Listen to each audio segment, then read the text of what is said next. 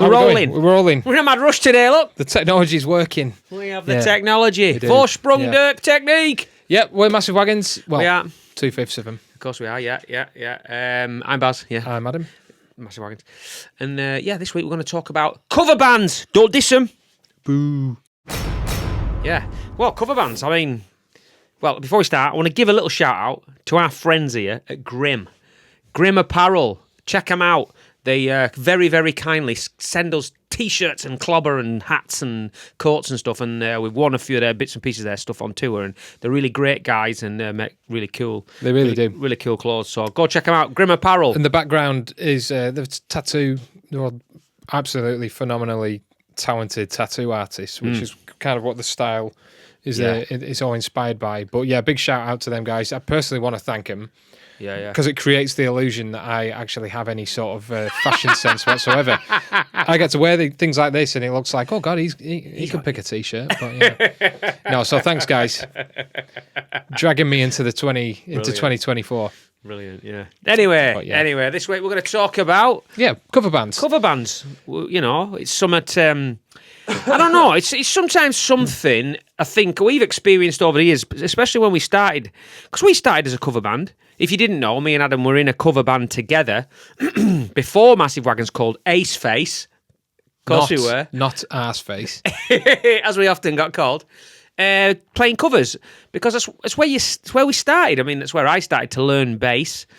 And it's a good place to start, isn't it? You know, your musical journey, if you like. I mean, some people... We found around that time, people used to look down on cover... If you played in a cover band... Because there's always the two scenes going, wasn't there? You know, certainly in the indie scene, which was what that band was, really. There was definitely a much more of a... Play covers? Snobbish attitude to that. Yeah. Which, I wasn't even... I was definitely a rock guy. I love the bands, a lot of the bands that we played, you know, Arctic Monkeys and Foo Fighters, Stereophonics. There was some like classic rock in there though as well, wasn't there? Yeah, well, when you joined the band, it started to go that way a bit more. There's a Foo Fighters track in there and Bad Company and you know, feel like making dinner. Yeah, we did that once or twice, didn't we? Yeah, like a 3-hour set. We did like a 3-hour set at the station at Telecarve once. Oh, it was like 3 sets. Oh, it was 3 1-hour sets. Oh my God, with a lot of songs. Fucking hell. Yeah. But that band, you were well, yeah. I mean, all right. Well, a cover band. Okay, let's. I think where a lot of if you're in an originals band, I think a lot of the animosity that is then shown and directed towards cover bands stems from the fact that from the off they get paid more. Generally, yeah, well, they do. Yeah, generally speaking, good reason to bloody do it, isn't it? A cover band can ask for a certain amount of money and they'll play Friday and Saturday nights in pubs, and they'll generally be busy, and original bands can, you know, we've never, but you know, you can get your back up about that when you're driving 100 miles to play to 20 people. For fuck all. You know, and you're playing an hour of your own material that you've sweated over. Yeah. And, I mean, I do get it. I mean, it's seen as might be seen as a little bit safe. Oh, you're in a cover band; it's a bit safe, isn't it? But I think it's a valuable tool for bands when you're starting out. If you do want to start writing your own music, it's an invaluable. I mean, it is hard. It is hard. I do get it. It is hard learning 2 hours worth of covers, isn't it? I mean, it's no easy. Yeah. It's not a mean feat, is it? Fucking learning. You know, what, 20 or 30 songs. Because, don't get me wrong, some people might look down their nose at cover bands, but when you go and play in a pub, the pub landlords, they don't just hire any old shit. You have to be standard, don't you? You have to be at a level. You have to be good, and you have to know. Well, if you're rubbish, you do the one gig, and then they don't have you back. They don't have you back, and the word spreads quite quickly. It's certainly in like the local scene. It does. I don't know if it's because we've not really been in it for a while, but I wonder if that sort of local clique kind of thing exists, you know, where you'd have certainly in the Lancaster, Carnforth, Morecambe area, there would only be, I would say, maybe 24 bands, if that, you know, maybe 20 bands. And they were just on a permanent kind of rotation around the pubs. Every weekend, that band will be in a different pub 5 miles away. Yeah. And then you just sort of go around and then two or 3 months later, you'd be back to that one again, you know. I remember there's a place in Kendal called Bootlegs. It's not there anymore, unfortunately. And that was like the pinnacle, really, of playing in this area. Wow, could we get a gig in Bootleggers? Didn't it? Yeah. It did, yeah. And then you go on their website at the time, and I remember seeing it was the same 20 bands over and over and over again all year, and thinking, well, why can't we get a gig in there? They just keep putting the same flipping bands on. But it took so long to get a gig in there, didn't it? Once we got a gig in there, we were on their sort of roster, weren't we? It was good, but it was so difficult at the time. Yeah. Well, maybe that's what put... I don't know if bands... I don't know, it's like anyone can comment in the comments if you notice it in your area. If lads are still firing up cover bands, are young lads still learning? Do they go straight into writing their own stuff, or did people start cover bands, you know? I got some like younger relatives, cousins and things that ask me that, like, oh, what should we do, and you know, what's the first thing you do, and it get asked the question every now and again from people who you meet at gigs and whatever. Oh, my son's in a band. Have you got any advice? You know, my daughter's a singer, and any advice? And it's general, like, no, that's actually, I say, the quickest way to get out there and get doing it is cover bands. You know, get in a cover band and get some gigs. It's far easier. Like we said right at the beginning of this, it's far easier to start going out and getting paid doing cover gigs. Well, you get paid, all right. It instills hard work in you, learning all those songs. You become a master, but you become... You're sort of... It's more time on stage. More time on stage. Your guitar playing, drumming, bass playing comes on leaps and bounds. You're going to play... You might play to a few empty bars, but on the whole, you're playing to people. Your stagecraft becomes a thing, you know, and you get to work with other people. I think it's a great way to start a band, is to start learning covers. Yeah, you know, write songs on the side and, you know, whatever. If you must start playing in an original band, then do whatever you have to do. But I think playing in a covers band is a great... It didn't do us any harm at all, did it? No. I enjoyed it. It was fucking... Some of them nights were like... Yeah, belting. Amazing gigs. And we'd always take our... What was always quite a modest fee now. Yeah. But back then... If you were getting paid £200, you know, I sort of seem to remember 150 was like, that was the base rate, wasn't it? For two sets. You don't want to be going so far for £1, for £150, did you really? You know, it was like... But then we got to the point by sort of 2012, 2013, where we were sort of an originals band by that point. We weren't learning many more covers. No. But then, you know, we weren't... I say we weren't getting out of bed for less than 250 quid between six of us. You know, you break it down. It's awful pathetic, money, isn't it? But that 250 quid, you know, you do that three times a weekend, and we were all putting that into a pot. You spent 50 quid on petrol or whatever. An envelope in my underpants drawer. Yeah. That and then before you know it, you've got enough to buy a van. Yeah, you know. Yeah, that's it. That's what we did, wasn't it? And we bought a van, bought a transit van, and we did, yeah. And then you can start buying more equipment, and then when it comes to doing original gigs, you can take your backline and take your drums, and you've not got a convoy of cars. You know. No, that's it. It was great. That's how we did it. We weren't taking any money, and we had a laugh, and we had a few drinks and whatnot, but we weren't. It wasn't a crazy boozy do. You know, we weren't getting absolutly slaughtered. We took it very seriously. We took it seriously, yeah. Hey, and you know what? You play for some of them. I mean, we made the big decision at the time, remember, to start doing biker rallies, didn't we? Yeah. And they were always great payers, and they were guaranteed. You know, hundreds of people there. It was always a big stage. It was a professional sound guy doing it, and you know, you could camp. It was dancers, t-shirt competitions. Yeah, Bowser won a few of them. Free beer, you know, and it was always a good do. The good thing about biker do's is they were always trying to one up like other chapters, weren't they? Or other biker groups. So if you come and agree to play for them, we did get to a point where we were in that kind of biker scene, you know. Yeah, it was good. In the north of England, there was quite a lot of them, and you'd always be enticed with, like, I don't know. Yeah. Free drugs, things like that, you know. Yeah, I remember a few times. Go play for us. All the drugs you can fucking take, lads. Oh, yeah. But basically, like, you you try a lot better. But Oh, it yeah. wasn't a personal thing. It was just like they just wanted to make themselves seem better than the other biker gang that they know you'd already played for. We had great experiences So- as bikers, man. It was brilliant. And you know, you'd play. The beauty of biker gigs was you'd play a biker rally in Morecambe or Trimple Club or wherever, and then you could guarantee there'd be 7 or 8 of the biker clubs there. And then after a gig, if you were good, Yeah. they're all want on you. your case for their show. So you'd get booked for that rally and this rally, and before you know it, you've got a flipping diary full of biker rallies to do. Guaranteed payers, all bangers. Easy. It's brilliant. And like you know. Baz said, you don't need to take your PA because that's the other thing that yeah. we haven't mentioned yet. You know, at these biker things, you'd have a stage and a PA set up, and it's generally in a big marquee or outside or something. The occasional car park, but we in Chorley. had our own PA. When you turn up to play in most pubs, there's no PA there. You've got to Bring your own.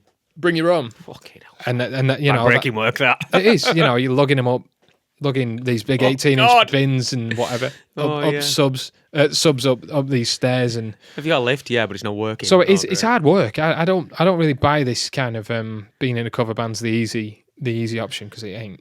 I think it's hard work, but with great benefits. Great benefits. I mean, I would advise a band, if you're going to start, some young lads, spend a year learning covers. That's what we did.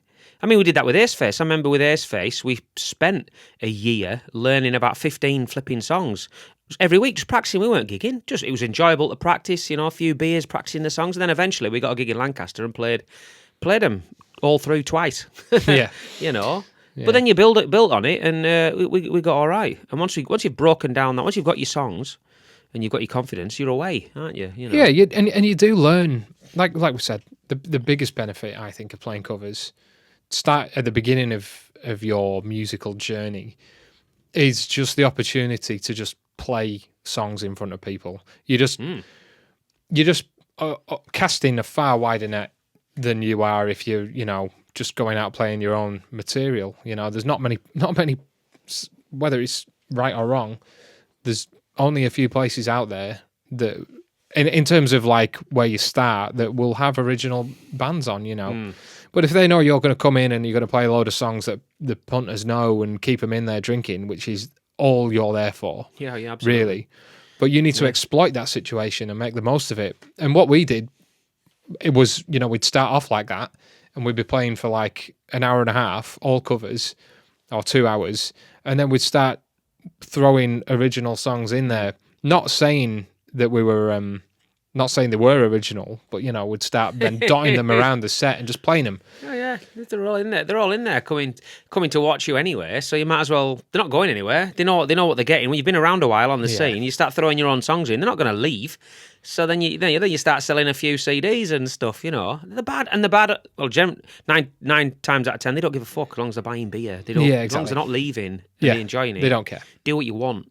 You know. However, just to get your foot in the door, covers are a good way to do that. Yeah, definitely. And then play the long game, you know. I mean, we always found as well, playing the cover thing, we started doing the original songs alongside it. So we were doing the cover nights on a Friday, Saturday. And then on like a Monday and a flipping Thursday in Manchester or Stockport or wherever, we'd go on the flipping original circuit scene. So we'd be doing a 20-minute set, 5 or 6 songs with 4 other bands. Yeah. But what we found was, because we'd been doing the cover scene for so long, and we had a reputation on the cover scene, the people that came to watch our covers would then start showing up at original nights. Yeah. And then the promoters like that. They're like, wow, but these lads are on first. They've never played here before. They've brought 50 folk with them. It's because they've seen the name and they're like, you know, and it did get a bit confusing for some people sometimes. They were like, well, why aren't you playing any longer? But I don't know, we built relationships with a lot of people, and that's where your relationship building starts. Start talking to people, making friends, and then they start coming back to more and more original gigs, don't they? You know, before you know it, everybody wants to book you because you know you're bringing people with you. Yeah, and it's always handy in that having a repertoire of covers. We've not played them for a long, long time. Oh God! But you can reach back and you can drag one up and bring it out at practice if you've got an event coming up or whatever. And no, you just want to do it. You know, it's great, and it really just is. It is just the experience that you gain from doing it. I really don't see the logic in the people that stubbornly, you know, men and women, I've met a whatever, few like musicians who I've known refuse the to do it, and they just whatever, that's that's not our opinion at all. It's weird, isn't it? So what was your favourite? I mean, we used to. I mean, if you never saw us back in the day, we'd play. What would we play? A lot of AC/DC, wasn't it? Really, that was AC/DC was kind of our. We've always had. I don't think we sound really like anything like AC/DC, to be honest. Our own original music, a little bit, a few songs maybe, but maybe that's where that comes from, because that was our core. Our core shtick on it, really. Yeah, we played a lot of AC/DC. A lot of DC, songs. didn't we? Really. Well, because it got a great reaction. Because that was what people wanted to hear, and the place would erupt. And but then we used to play some very obscure covers as well, to the point where they might as well have been original songs, because we weren't playing Summer of '69 and did we fuck play that? And Sweet Child of Mine. This wasn't that kind of thing. Well, we tried our hand at.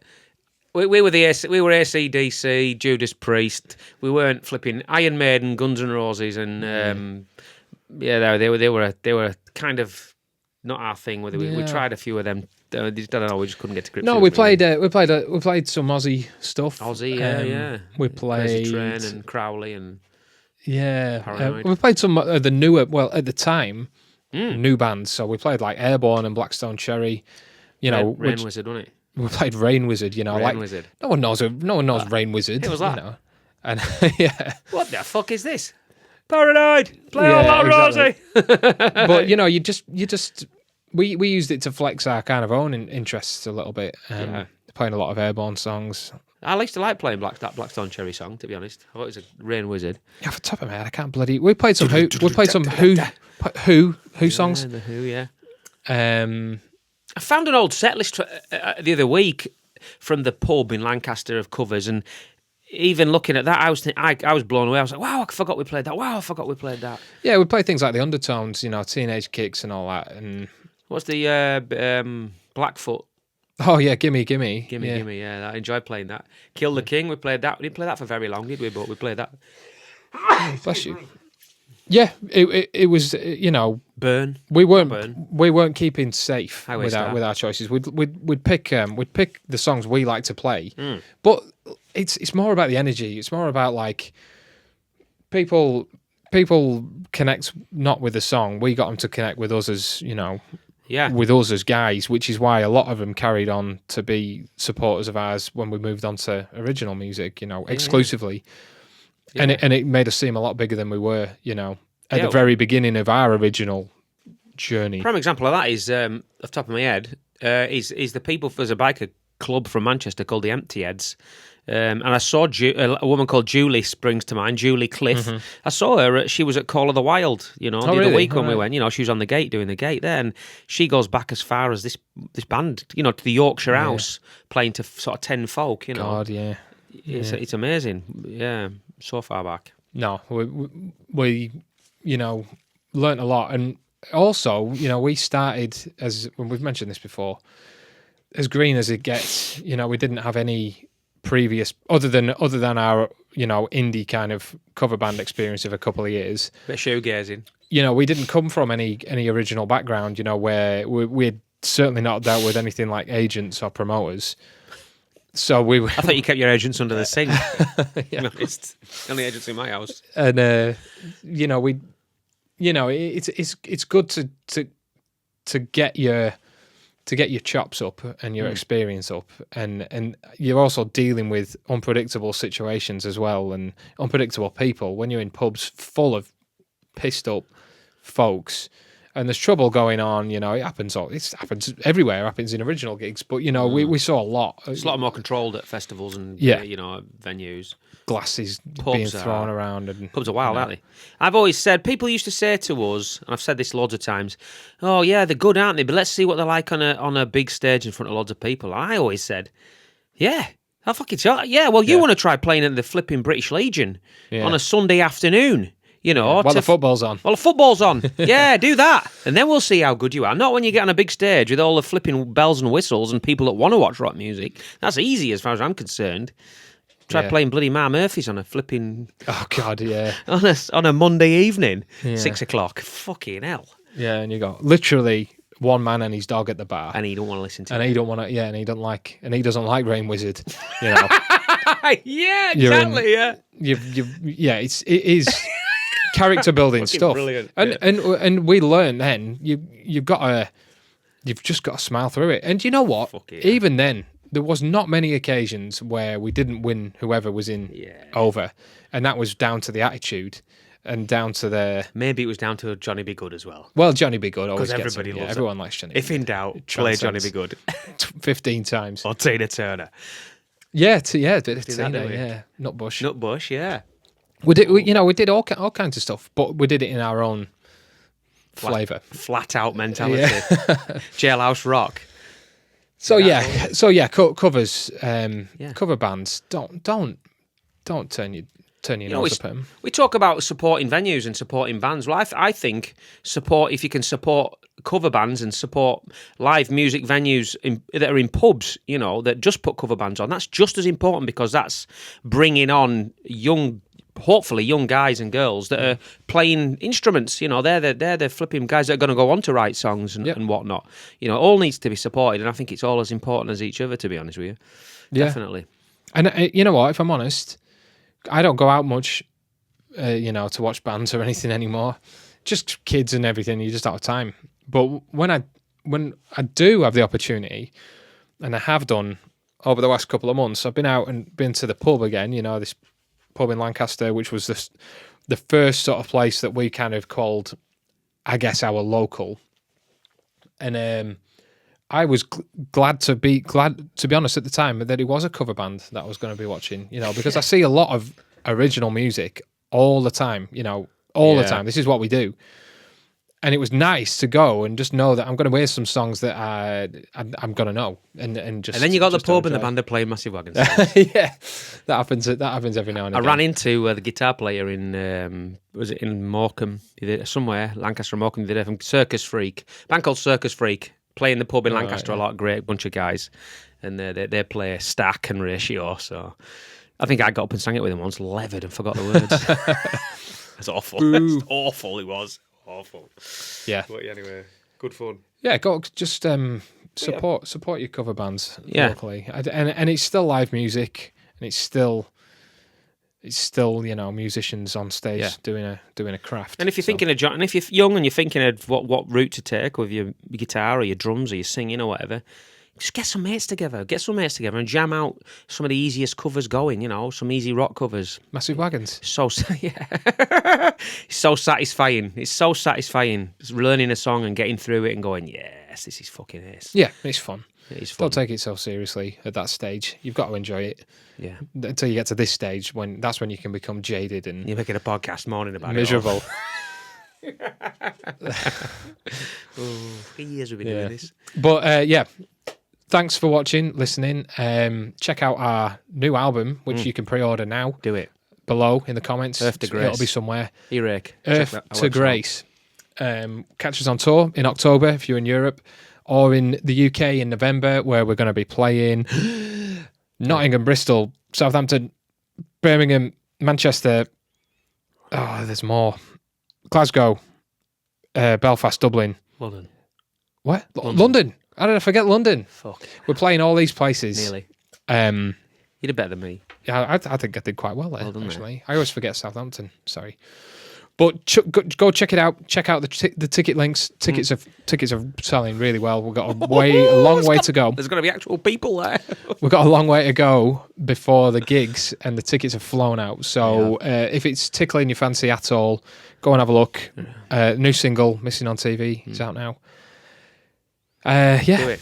See you later. If you've got any questions at all for anything, just drop them below. Send us an email.